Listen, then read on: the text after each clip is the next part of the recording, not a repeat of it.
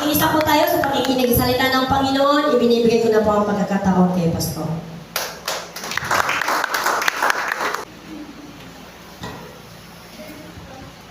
Amen. Magandang gabi po sa ating lahat.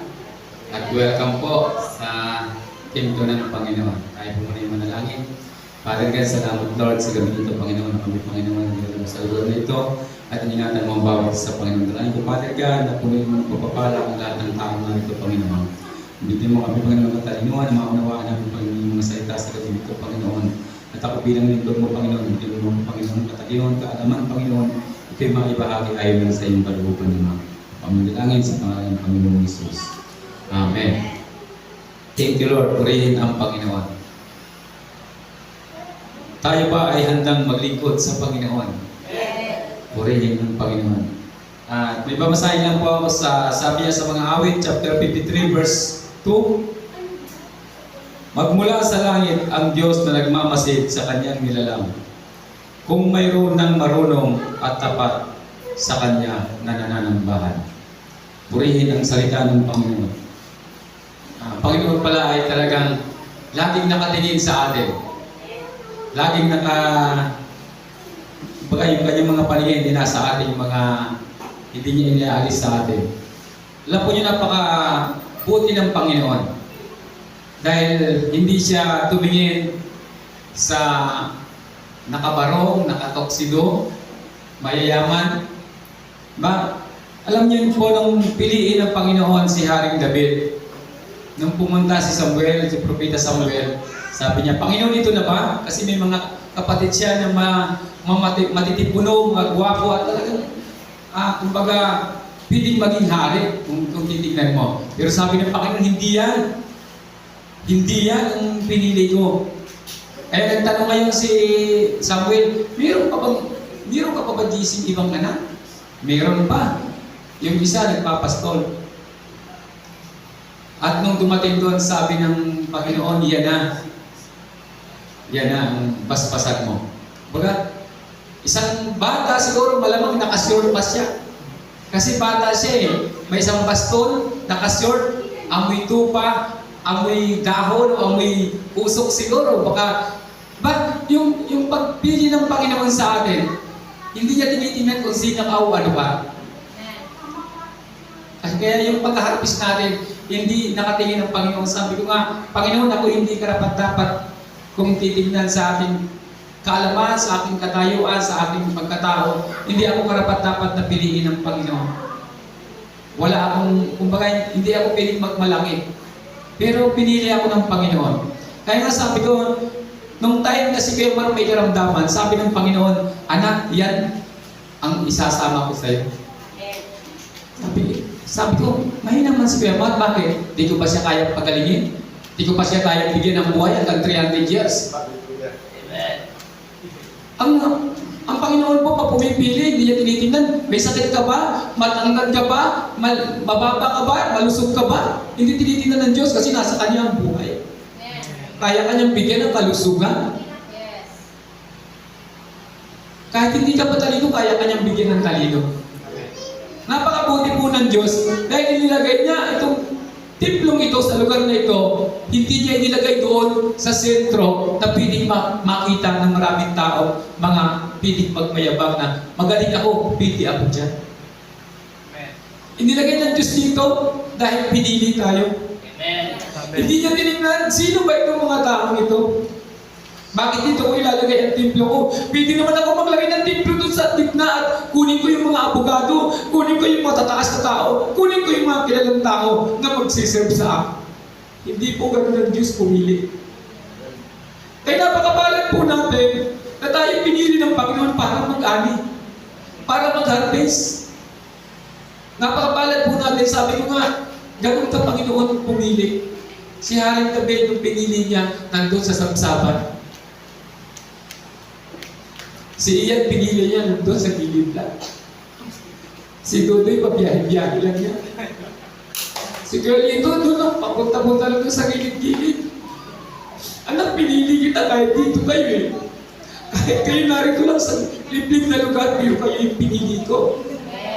Kayo yung binasbasan ko, kayo yung binigyan ko ng kapangyarihan. Hindi po natin kayang tawaran ang kapangyarihan ng Diyos. Amen. Liway, ikaw pinili kita. Kahit na kung saan ka nakakarating. Pero pinili kita dito sa lugar na ito. Pili naman si Liway doon sa Mining. Pili naman siya doon sa iba mga simbahan malalaki. Pero bakit dito siya nilagay ng Panginoon? Pinili kita, doon kita ilalagay. Para mag-harvest kasi kailangan ko doon sa templo ko. Hindi po natin pwede kasi sabihin sa Panginoon, Panginoon, dito ang gusto ko. Ang Panginoon po pumili sa atin, hindi tayo pumili sa Kanya. Kaya napakabuti po ng Panginoon sa ating mga buhay, hindi tinitingnan ng Diyos yung kalagayan natin. Pwede sabihin ng Panginoon, sige, gagamitin kita. Huwag mo tingnan, may karamdaman ka, kaya kang pagalingin ng Diyos. Sabi ko nga pag ang Diyos ang pinag-uusapan, dapat wala ng question. Nung si Adan binigyan ng asawa, nagsabi ba ang Diyos kailangan magkaroon ng babae para manganak? Hindi po. Hindi kailangan ng babae para magkaroon ng asawa si Adan. Pinatulog lang si Adan, mayroon ng asawa pag-isip. Wala pong imposible sa Diyos. Wala tayong dapat ipagmalaki. Kaya sabi ko nga, pag pinili ka ng Panginoon, kahit nasa sulok ka, magpasalamat ka. Ganun po kabuti ang Panginoon sa pagpili niya sa atin. Napakahiwaga po ng salita ng Panginoon, pero kung maunawaan natin. Sabi ko nga kung minsan, pag nagbabasa ako ng mga verse na mayroong yung tulad ng kayo, may mga taong namamatay, sabi ko, Panginoon, salamat, mayroong kamatayan. Alam mo kung bakit? Paano kung isang taong ka na, 200 years ka na nirarayuma, namimilipit sa sakit? Gusto mo pa ba yun? Baka ayaw mo na rin. Alam mo, napakabuti ng Diyos, balance ang Panginoon eh. Balance ang Panginoon. Alam naman kasi niya, nandun ka sa Kanya eh. Anak, hindi na kita pahihirapan. Kukunin na lang kita. Salamat sa Diyos. Dahil sabi nga sa Bible, darating ang araw, hahanapin mo yung kamatayan, hindi mo na makikita. Kaya salamat sa Panginoon, habang nandito tayo, ginagamit tayo ng Diyos. Binibigyan tayo ng karapatan para mag-harvest, para umani, para talin sa Kanyang throne. Salamat sa Panginoon. Salamat po sa kabutihan ng Panginoon sa atin. Kaya sabi ko nga, hindi na ako mag-iisip ng mga bagay na kung anong bagay para lang sa ikauulan ko. Hindi naman masamang mag-isip nun. Pero alam niyo po, hindi po nagkulang ang salita ng Panginoon. Pag nag-serve ka, sabi ko nga, yung nakaraan, nagkakwentuhan kami ni Kema, sabi ni Kema, tatrabaho ako dito. Parang hirap pa ako, hirap pa yung katawan niya. Pero yung parang prepare siya ng Panginoon kasi magtatrabaho siya ng sarili niya. Salamat sa Panginoon. Hindi po nagkulang ang Diyos. Namnamit po natin ang kanyang salita. Sabi niya rito, magmula sa langit ang Diyos nagmamasid sa kanyang nilalang kung mayroon ng marurunong at tapat sa Kanya na nananambahan. Tinitingnan lang po tayo ng Panginoon. Hindi po magkukulang ang Diyos.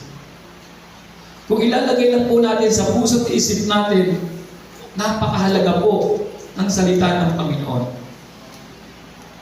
Yung testimony ni Nini kanina, ako ay natutuwa at natansya ko. Alam niyo kung bakit? Nagkakaroon sila ng prayer sa tao. Dahil yun po ang hindi ko kayang gawin. Hindi ko kayo kayang pagpalain. Pero dahil sa sinunod ninyo ang pananalangin, kaya kayong pagpalain ng Panginoon. Kaya kayong ingatan ng Panginoon. Kaya kayong pagyamanin ng Panginoon.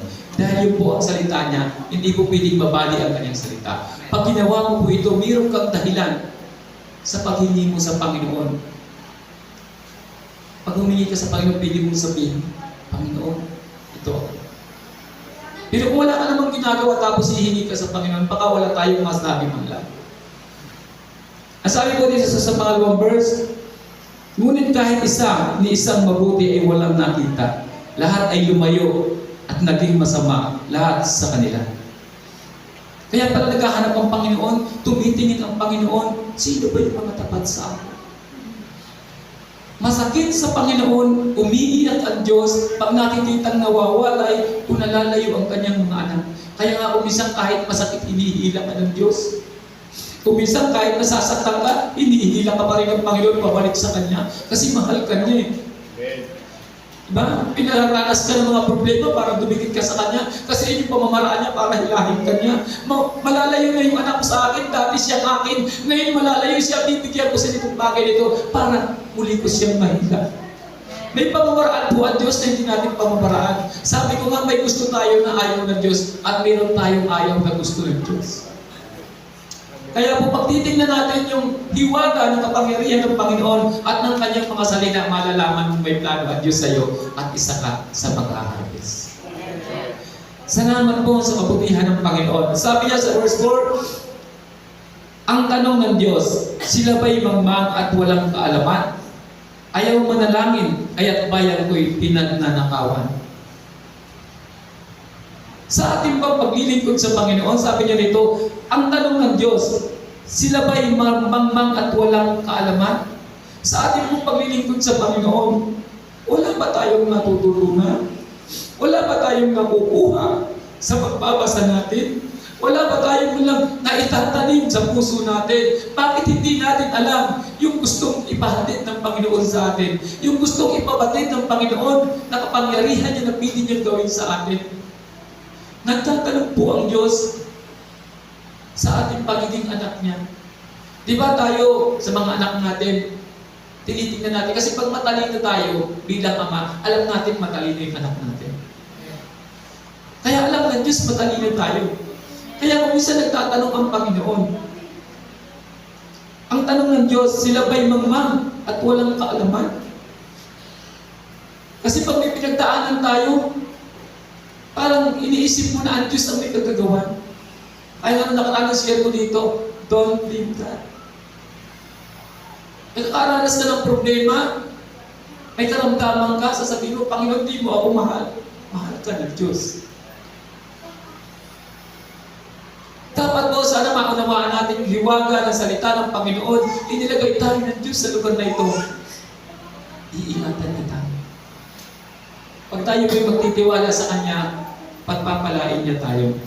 Ang sabi niya dito sa huling verse, sabi niya rito, ayaw manalangin, kaya bayan ko'y pinagnanakawan. Tayo po ay mayaman na. Bakit po nakakaranas tayo ng hirap, karamdaman, kasi nagkukulang tayo sa pananalangin, yung yaman na para sa atin, yung kalusugan na para sa atin, nananakaw po. Tayo po ang bayan ng Diyos. Ngunit kapag nanakawan tayo, napagsasamantalahan tayo, kinukulang tayo dahil hindi tayo nananalangin. Sabi ko nga, masarap manalangin araw-araw, tinutugon ng Diyos. Paano kung 3 years kang nananalangin, hindi tinugon?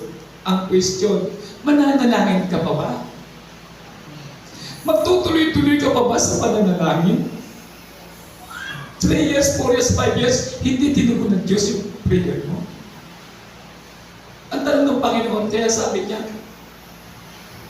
sana matalino ka yung mga ano.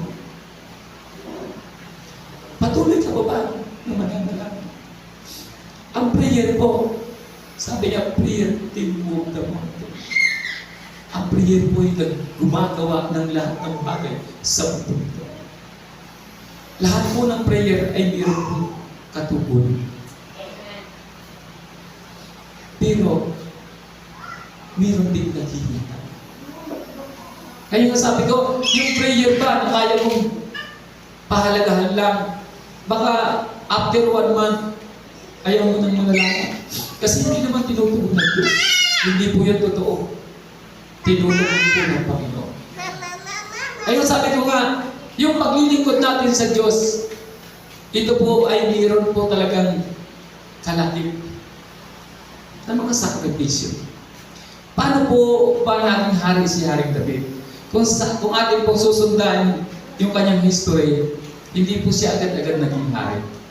Nung siya ay buhusan ng langis, itinakda ng Panginoon ang daming trials dumating sa kanya.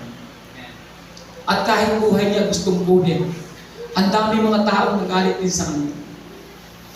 Pero dahil kasama niya ang Diyos, nagtagumpay po siya. Yun po yung pagkakaiba natin sa ibang tao. Pag tayo binuhusan na ng langis ng Panginoon, itinakda na tayo para sa Kanya. May pagdaanan ka man, pero alam mo, tatayo at tatayo.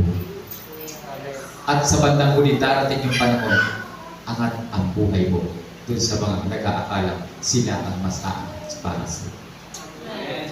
Marami na po akong napatunayan yan sa paglilingkod sa Panginoon. Na simple lang naglilingkod sa Panginoon. Magkakapatid sila, yung iba may pera, mayaman. Ngunit dumating yung mga 10 years, 15 years, mas okay na yung buhay nung naglilingkod. Ang punong reaksyon na tayo naglilingkod sa Diyos. Mayroong punggan ng Panginoon sa atin. Ay napakapalad po natin dito sa Bethel. Sabi ko nga, dito po sa lugar na ito, ang Diyos na niluluhuran natin, ang Diyos na sinasamba natin, ang Diyos na kausap-usap natin araw-araw, siya po ang magliligtas sa atin. Sabi ko nga, mayroon mang pagsubok, mayroon mang sakuna, mayroon mang problema, mayroon mang kapahamakan, at Diyos po ay kaya tayong ingatan. Kaya salamat sa Panginoon, dahil isa man sa atin, hindi niya pinababayaan. At alam ko, lahat tayo ay magka-harvest. Gagamitin tayo ng Diyos. Huwag po tayo magpabago-bago ng paglilingkod sa Panginoon. Hindi po magkukulang ang Diyos. Bakit ko po kayo dinadala sa mga bagay nito? Kasi gusto ko maitanim sa puso niyo ang tunay na paglilingkod sa Panginoon. Dahil ayaw ko na dumating ang panahon na pagdating ko rin sasabihin ng Panginoon sa akin, bakit mayroon kang isang pinabayaan? Samantalang siya'y tupa na ibinigay ko sa iyo. Kaya ang sinasabi ko sa inyo, yung laman ng puso ko at ang sinasabi ng salita ng Panginoon, ang dapat po natin ipakuhay. Kaya, pasensya na kayo kung minsan na medyo may mabigat na akong nasasabi. Sabi ko nga, hindi na naman tayo mga bibi. Kaya na rin natin umuya ng medyo matigas-tigas na kami. Dahil kailangan po natin ito. Kasi pag pinakain ko pa kayo ng mga gatas, baka manghina na kayo. Kasi hindi na sapat yung gatas sa mga adult. Kaya purihin ng Panginoon sa kanyang mga salita dahil alam ko, tayo po ay tinutuwid ng Panginoon. Bandang huli, magtatagumpay at magtatagumpay po tayo. Salamat po sa kanyang mga salita sa gabi ito at sana po manatili po sa atin ang pagtitiwala sa Panginoon. Ulitin ko lang po yung mga verse na ginamit natin. Magmula sa langit ang Diyos na nagmamasid sa kanyang nilalang kung mayroon ng marunong at tapat sa kanya na nananampahan. Ngunit kahit isa, ni isa'y mabuti, isang mabuti ay walang nakita, lahat ay lumayo at naging masama lahat sa kanila. Ang tanong ng Diyos, sila ba'y mambang at walang kaalaman? Ayaw manalangin, kaya't bayan ko'y pinagnanakawan. Hindi na po tayo pagnanakawan. Hawakan po natin ang mga blessing ng Panginoon. Hawakan po natin ang biyaya mula sa Diyos. Tayo po'y manalangin. Father God, salamat Panginoon sa inyong salita sa gabi ito. Dalangin ko lang ito po ay mabuhay sa aming mga puso at maipamuhay po ng bawat isa. At ang patnubay mo Panginoon, palagi mong igawad sa iyong mga anak sa lugar ito. Salamat po Ama, pagdalangin sa pangalan ng Panginoon Jesus. Amen. Thank you.